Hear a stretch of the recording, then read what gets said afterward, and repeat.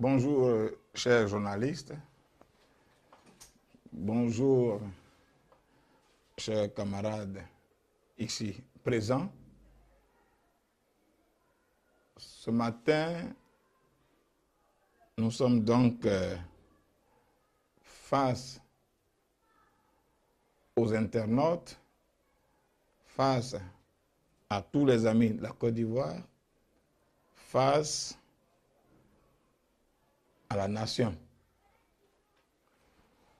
pour donner notre position. Nous, Coalition des Indignés de Côte d'Ivoire, structure dont j'ai donc l'honneur de porter l'insigne voix. Il faut dire qu'il y a de cela 2 jours, depuis le jour de lundi, notre camarade, actrice de la société civile, que j'ai bien nommé Pécharek Balé, a été arrêté et transféré à la MACA, selon les informations, depuis hier. Il est donc pour nous, ces collaborateurs, de donner de la voix et expliquer à tous les raisons ou la manière avec laquelle elle a été arrêtée. Je voudrais donc m'attarder sur la manière. Les raisons seront données à son avocat pour expliquer les raisons de son arrestation. Moi, je parle de la manière. C'est donc lundi, autour de 18 h, que j'ai été informé de ce que la camarade Pécharek Balé était à la préfecture de police. Mon informateur m'a donc donné des informations qui sont les suivantes. C'est suite à l'appel du directeur général de police, le général Kouyaté, que la sœur, la camarade, s'est rendue à la préfecture de police. C'est le général qui l'a appelé, lui demandant de joindre d'urgence le préfet de police pour l'affaire la concernant. Elle, à son tour, qui rentre donc en contact avec M. le préfet de police, qui lui dit « Non, il n'y a rien de grave, passe prendre tes effets personnels que nous t'avons retirés lors de ton bref passage ici quand tu revenais du Mali. Donc, passe prendre. » Elle dit à quelle heure? Il lui dit, bah, écoute, cet après-midi. Ayant cru à la bonne foi de notre police, elle ne s'est pas sentie obligée d'informer ou d'alarmer l'opinion nationale. Elle est donc allée directement rencontrer M. le préfet de police. Et quelque temps après, elle est rentrée dans son bureau avec son protocole. Quelque temps après, on demande au protocole de sortir. Et elle reste seule. Voici comment notre sœur, notre camarade sera faite prisonnière. C'est donc autour de 20 h que je me suis donc rendu à la préfecture de police quand j'ai été informé qu'elle y était encore. Je me suis rendu à la préfecture de police pour m'enquérir des nouvelles. Mais avant de m'y rendre, j'ai donc pris le soin d'appeler d'abord Monsieur le préfet de police, qui malheureusement est resté injoignable. Ensuite, le directeur général de police, qui aussi malheureusement est resté injoignable. Je me suis rendu à la préfecture de police. Je n'ai pas pu voir la camarade, puisque ne sachant pas dans quel bureau elle était, le seul bureau où j'ai pensé la retrouver, c'était le bureau du préfet qui malheureusement était fermé. C'est donc à 22h30 que je suis parti de la préfecture de police sans toutefois voir la camarade. En partant, j'ai donc demandé à son cabinet de chercher à voir où elle était exactement, dans quel bureau le protocole l'a laissé pour lui donner de quoi manger, puisque depuis 15 heures, depuis 16 heures, elle n'avait pas encore mangé quelque chose, selon sa secrétaire. C'est donc autour de 23 heures que j'ai été informé que la sœur était effectivement aux enquêtes et qu'on lui a apporté la nourriture. Le lendemain, c'est donc accéléré. Mais nous dénonçons cette manière de faire qui ressemble à du banditisme. Cette manière de se comporter vis-à-vis des citoyens qui sont censés être protégés par nos autorités policières nous laisse à désirer. Est-ce qu'il n'y avait pas une manière élégante de convoquer la camarade Balé Puchéry afin qu'elle prenne ses dispositions en se faisant assister de son conseil pour se rendre à la préfecture de police? Est-ce qu'on avait besoin de lui tendre un piège? Ce n'est pas élégant. Et cette manière de faire approfondit le fossé de méfiance, je voudrais dire de doute qu'il y a entre une frange de la population et notre police. Notre police se comporte en bandit. Et ce n'est pas bon. Je me rappelle très bien quand le 18 août 2022, suite à notre appel à la marche contre et sur du moins le port, j'ai reçu un appel du préfet de police qui m'avait demandé de rejoindre son bureau pour échanger sur la marche. J'avais donc pris le soin d'informer, de faire une publication sur ma page officielle et d'informer des journalistes. Cela n'a pas été du goût du DG de la police, qui a critiqué le fait que j'ai fait une publication pour une simple convocation téléphonique. Pourquoi je doute de la police? Mais avec cette manière de faire, il n'y a-t-il pas de raison de douter de la police? Quand vous dites à quelqu'un, viens prendre ton passeport et ton téléphone, et arriver là, on dit, oh non, on t'a arrêté, tu es en prison. C'est quelle manière de faire là?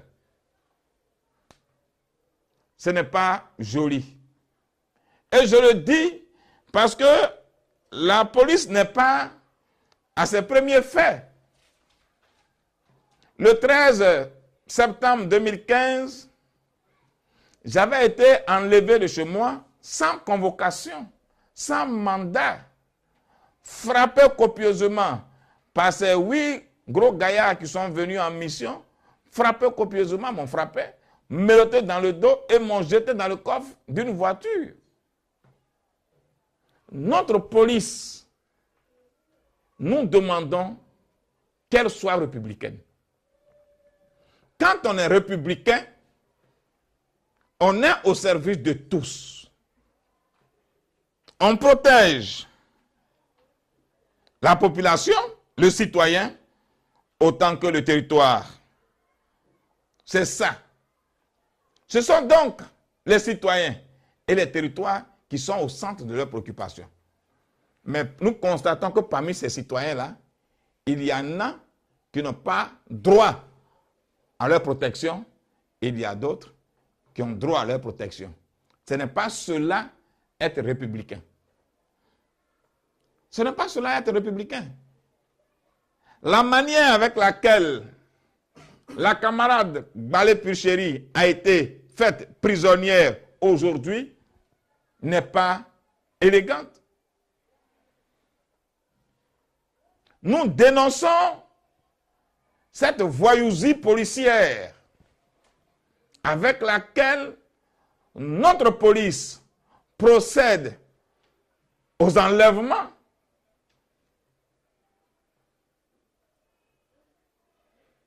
Est-ce qu'on ne pourrait pas adresser une convocation en bonne et due forme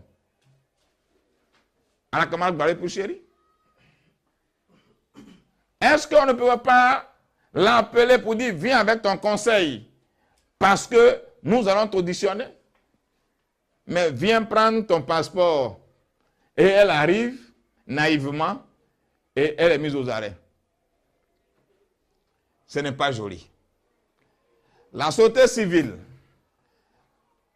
la coalition des Indiens de Côte d'Ivoire, par ma voix, voudrait dénoncer cette pratique qui ne date pas aujourd'hui de notre époque. Il faut faire de telle sorte que le citoyen ait confiance en notre police. Il faut faire de telle sorte que nous ne soyons pas amenés à alerter tout le monde quand on est convoqué à la police, surtout quand c'est de manière téléphonique. Parce que c'est téléphoniquement que nous sommes souvent appelés. Ce n'est pas bien. Mais monsieur le directeur de police, vous m'aviez dit ne pas avoir confiance en notre police. Mais avec ce comportement que vous avez, quelle confiance voulez-vous que nous ayons en notre police? Ce n'est pas digne d'une police républicaine. Ce n'est vraiment pas digne d'une police républicaine. Tout le monde est passible de poursuites judiciaires. Mais il y a des procédures. Vous n'êtes pas à vos premiers forfaits. En début d'année 2020, un jeune a été amputé de ses 2 bras à Bobo.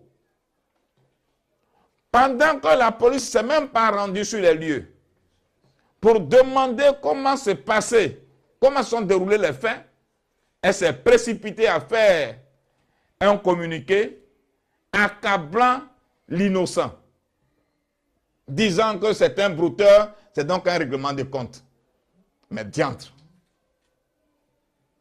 Même quand c'est un brouteur, il n'a pas droit à la vie. Et c'est après la police que la gendarmerie est venue faire un communiqué qui prend de contre-pied le communiqué de la police. Parce que la gendarmerie a pris le soin d'aller rencontrer la victime, ses parents, pour savoir la réalité des faits. Et toute cette précipitation était juste pour protéger le discours politique de feu Ahmed Bakayoko qui disait maintenant qu'il est à Bobo, maire d'Abobo, on ne parlera plus de microbes. C'était juste pour protéger le mandat politique d'un homme politique et livrer à la vindicte populaire un innocent. Aujourd'hui, l'élan de solidarité qui était fait autour de cette victime-là a baissé les bras et l'enfant reste aujourd'hui les 2 bras amputés sans soutien. À cause de votre précipitation, à cause de votre partialité. Combien de temps? Pendant combien de temps allez-vous marginaliser le peuple de Côte d'Ivoire que vous êtes censé protéger?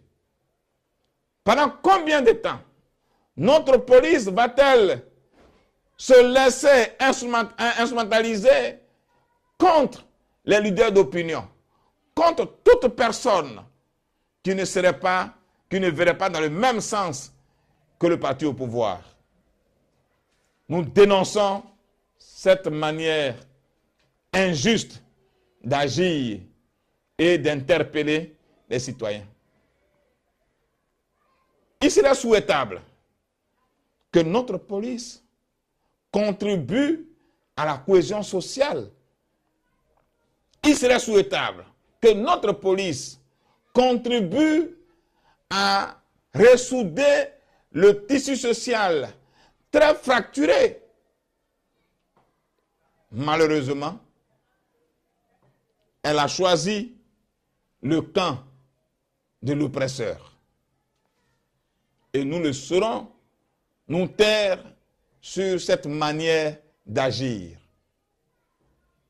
L'arrestation de la camarade Balé Purchéry est donc l'expression d'un comportement qui relève d'un grand banditisme.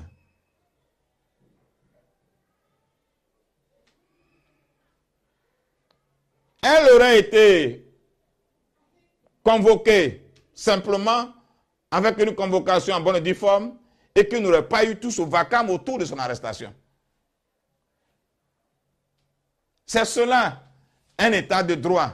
L'état de droit que nous voulons que notre Côte d'Ivoire soit, c'est cela.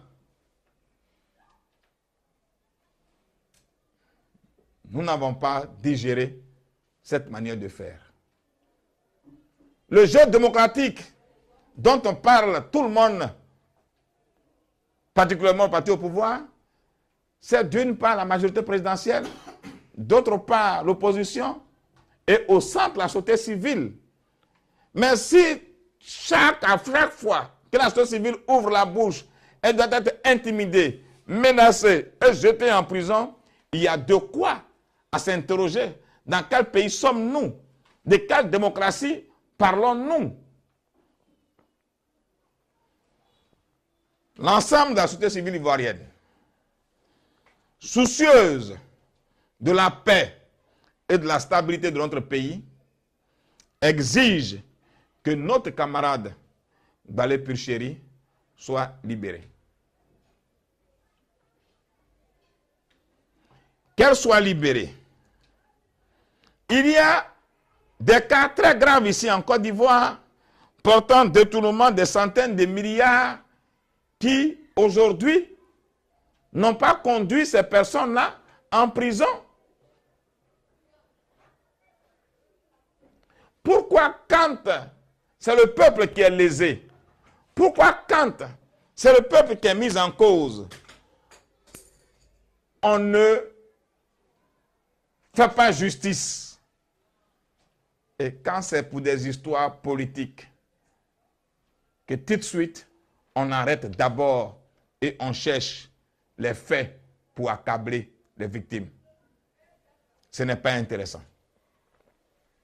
Ce n'est vraiment pas intéressant.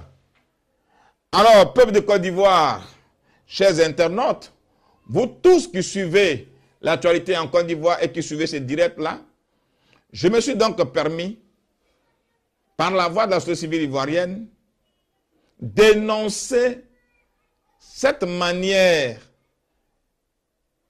qui n'est pas juste d'arrêter notre camarade. Il n'y a que seule la société civile ivoirienne qui ne regarde pas dans la même vision que l'exécutif, qui soit aujourd'hui traqué. Même nos manifestations. Il y a plus d'éléments pour interdire une manifestation que moins d'éléments pour l'encadrer. On préfère débourser assez d'énergie pour interdire une manifestation au lieu de peu d'éléments pour l'encadrer. C'est ça la Côte d'Ivoire. Je finis donc pour dire, nous condamnons avec la dernière énergie la manière dont, ou la manière avec laquelle la camarade Purchéry Balé a été arrêtée. Cela n'est pas digne d'un pays de droit. Et quand on dit que la Côte d'Ivoire n'est pas un état de droit, on nous dit quelles sont les preuves, mais voici les éléments. Dans un état de droit, on convoque quelqu'un. On lui dit la police t'appelle Et la personne, quand elle refuse de se rendre, de répondre à la convocation, alors on utilise les moyens mis à disposition de la police. Maintenant, allô, viens prendre ton passeport. Et la jeune dame, naïvement, se rend là-bas. Sans prendre ses dispositions, elle est arrêtée.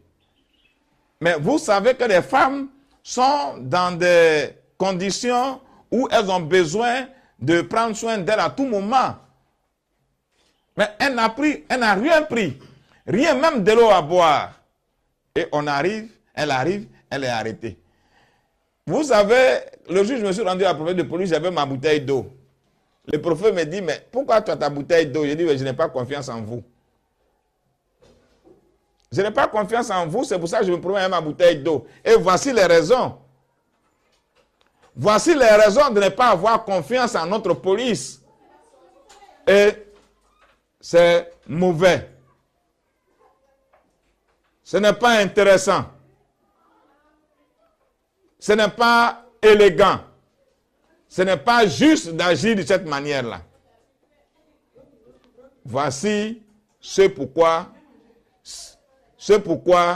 je voudrais donc interpeller l'opinion nationale et internationale, lancer un appel à tous les organes des droits de l'homme, leur dire de se pencher sur la Côte d'Ivoire et comme nous, exiger la libération sans condition de notre camarade Balé Purchéry. Il y a dans notre Constitution la présomption d'innocence. Il y a dans notre Constitution la possibilité de mener les enquêtes pendant que la personne est en liberté, comme c'est le cas de tous ceux qui ont détourné des centaines de milliards qui sont en liberté et pour lesquels on nous dit que les enquêtes sont ouvertes.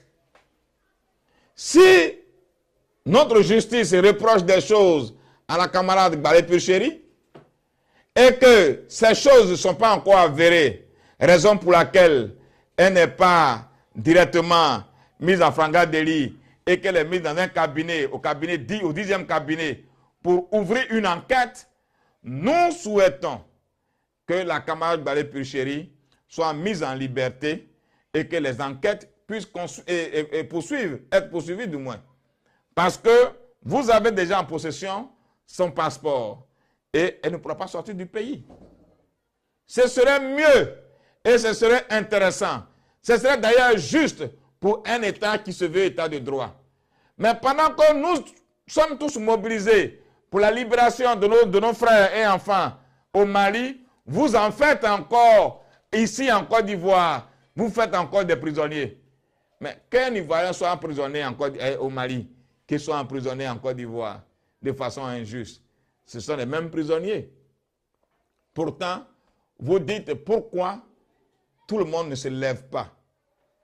Mais cette manière de faire qui divise davantage les Ivoiriens nous rend davantage plus faibles.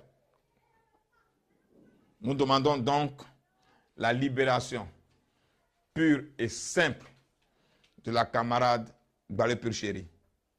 Je voudrais donc lancer un appel à toutes les organisations de la société civile de Côte d'Ivoire de rester mobilisées, de rester à l'écoute.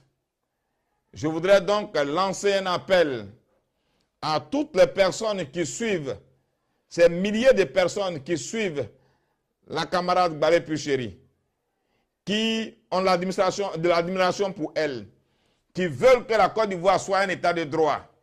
Je voudrais lancer un appel à toutes les personnes éprises de paix et de justice en Côte d'Ivoire, qui voudraient que la vérité soit rétablie dans notre pays, de rester mobilisés. Il est préférable de lutter pour éviter que les choses arrivent que de militer à critiquer. Plus nous parlons, plus les actes impairs se multiplient et l'injustice continue de prospérer. Là où il y a des milliers de personnes qui disent non à l'injustice, il y a très peu de personnes qui agissent pour mettre fin à l'injustice. Et c'est cela, le paradoxe dans notre pays. Je voudrais donc demander aux Ivoiriens d'être plus actifs et moins parlants. Il faut aujourd'hui que la justice ait des défenseurs, comme aujourd'hui il y a des adeptes de l'injustice. Que Dieu bénisse la Côte d'Ivoire. Je vous remercie.